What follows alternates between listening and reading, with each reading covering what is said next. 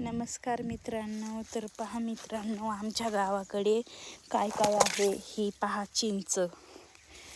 तर पहा मी कुठे आले आहे. मी आले आहे शेतामध्ये. तर पहा, हे तुम्ही कमेंटमध्ये सांगा कधी गहू पाहिला आहे का, गव्हाचं झाड. तर पहा आमच्या इथे गहू पिकतो, पुन्हा कपाशी, पुन्हा चिंचा, पुन्हा नारळ पण येतं, पुन्हा खूप काही आमच्याकडे हरभरा वगैरे सगळं पिकलं जातं.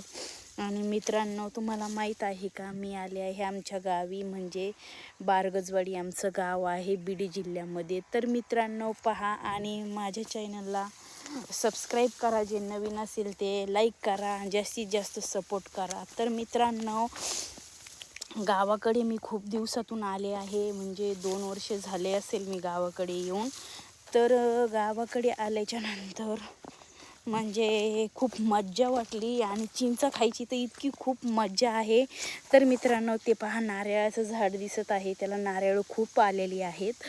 आणि इकडे आंब्याचं झाड आहे, पण आंबा आमचा खूप खराब झालेला आहे.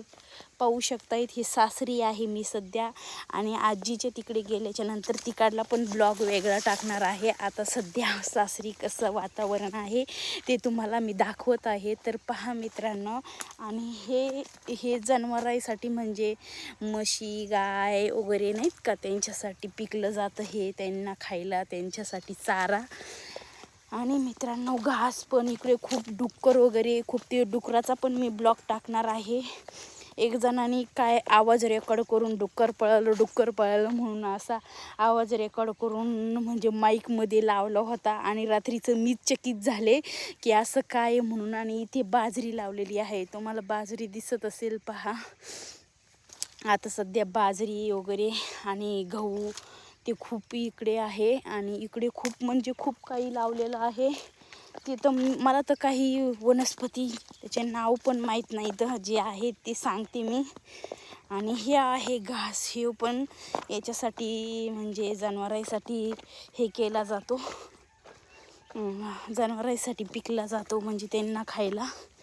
तर पहा, आणि हे काय म्हणते तर कार्हेळ तुम्ही ऐकलं असेल ना, कार्हेळ. तर हे पहा कार्हेळाचे झाडं, हे कार्हेळ लावलेले आहेत इथे. तर पहा, आणि मला आता मी हा ब्लॉग इथेच फुल स्टॉप करते. आणि माझ्या चॅनलला जे नवीन आहे त्यांनी सबस्क्राईब करा, लाईक करा, जास्तीत जास्त शेअर करा, आणि फुल सपोर्ट करा. आता पहिला ब्लॉग माझा गावाकडला पडला जाणार आहे. गावाकडलं वातावरण कसं आहे मी ते तुम्हाला दाखवलं आहे ह्या ब्लॉगमध्ये. तर आता आणि जास्तीत जास्त शेअर करा. बाय बाय सर्वांना, पुढच्या ब्लॉगमध्ये भेटू. तर एकदा पाहून घ्या गावाकडलं वातावरण कसं आहे ते. पहा मित्रांनो, हे नारळाचं झाड आहे इथे, आणि इकडे विहीर वगैरे आहे, आणि हे शेतीमध्ये एवढं लावलं आहे, बाजरी, गहू, ज्वारी. चला बाय बाय सर्वांना.